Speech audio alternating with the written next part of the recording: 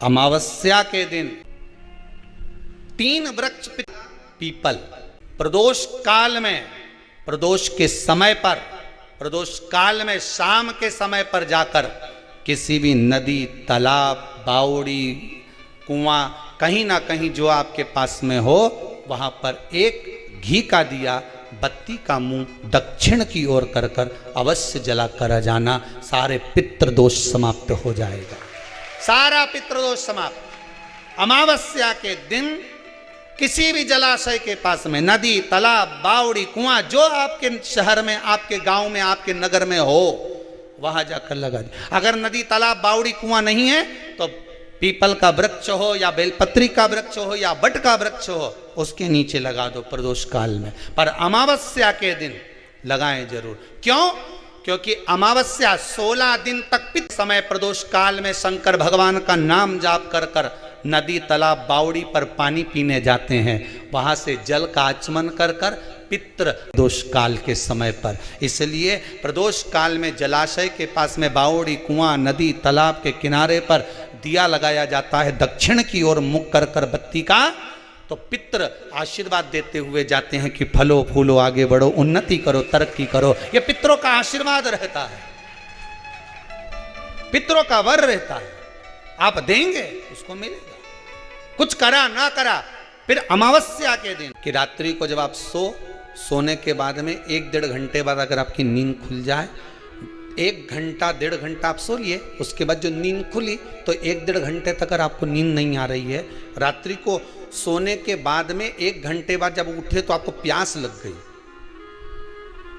भूख लगने लगी, प्यास लगने लगी कि मेरे को पानी पीना पड़ेगा, घबराहट हो रही, पानी पीना पड़ेगा। 1-1.5 घंटे सोने के बाद अचानक नींद खुले और आपको प्यास लगे, समझ लेना आपके पितृ भूखे हैं और प्यास है।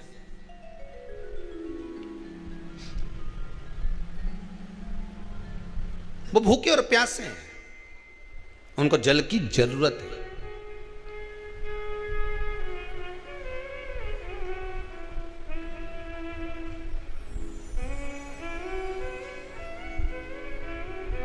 किसी भी नदी में, सरोवर में, कुंड में, बावड़ी में, तालाब में, आप तीर्थ में जाकर जब स्नान करते हैं तो स्नान करने के बाद एक काम का नियम बना लो कि अपने हाथ की अंजलि में जल लेकर अपने पूर्वजों को देना। प्यासे रहते हैं, भाग मांगते हैं।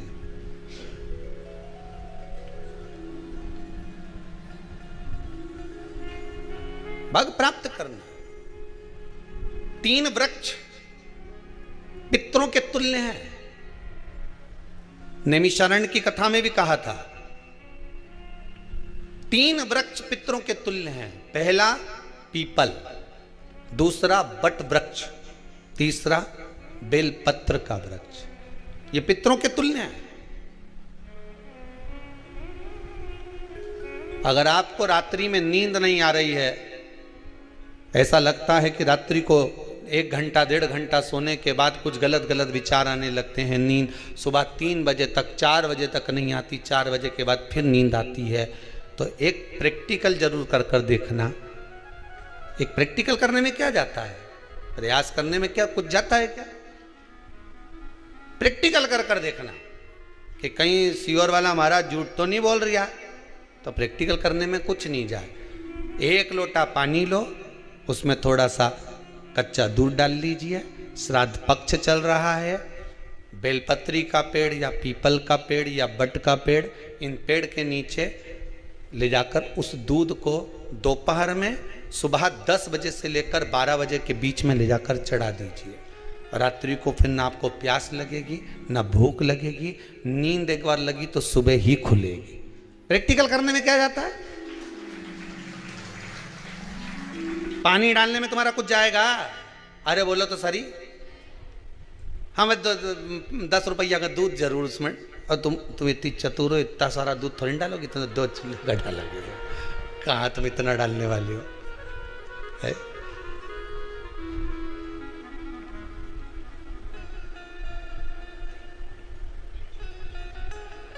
कहा बहुत चतुर चतुर लोग हो रहे संसार में हो। भले पूजन पाठ नहीं करे पर कहीं का एकदम मिलने आ जाए ना, क्या अम्मा जी है क्या पाठ कर रही है, फिर वो भी बैठ गई तुरंत, अभी तो सोई थी।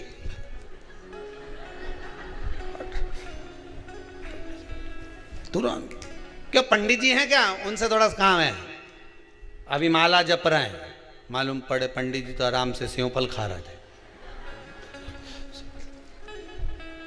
अब प्लेट सोफा के नीचे घुसे तुरंत।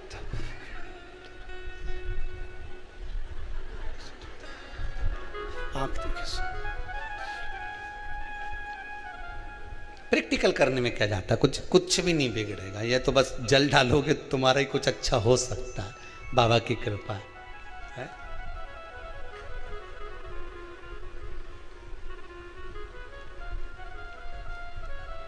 तीन वृक्ष पितरों के तुल्य हैं। पहला जम के बोलिए पीपल, दूसरा वट वृक्ष, तीसरा बेलपत्री का वृक्ष। तीनों पीपल के वृक्ष में 52,000 ब्राह्मण एक साथ निवास करते हैं, इसलिए पितृतुल्य है। वट वृक्ष ब्रह्मा जी के मस्तक से बना, इसलिए पितृतुल्य है। और बेलपत्री का वृक्ष माता पार्वती जी के अश्रु से बना, जब आंसू गिरे थे माता जगत जननी जगदम्बा पार्वती के, उस समय पर पितृलोक में हलचल उत्पन्न हो गई थी, हमारी नातिन की आंख में आंसू कैसे आ गए। मैनावती की पुत्री है,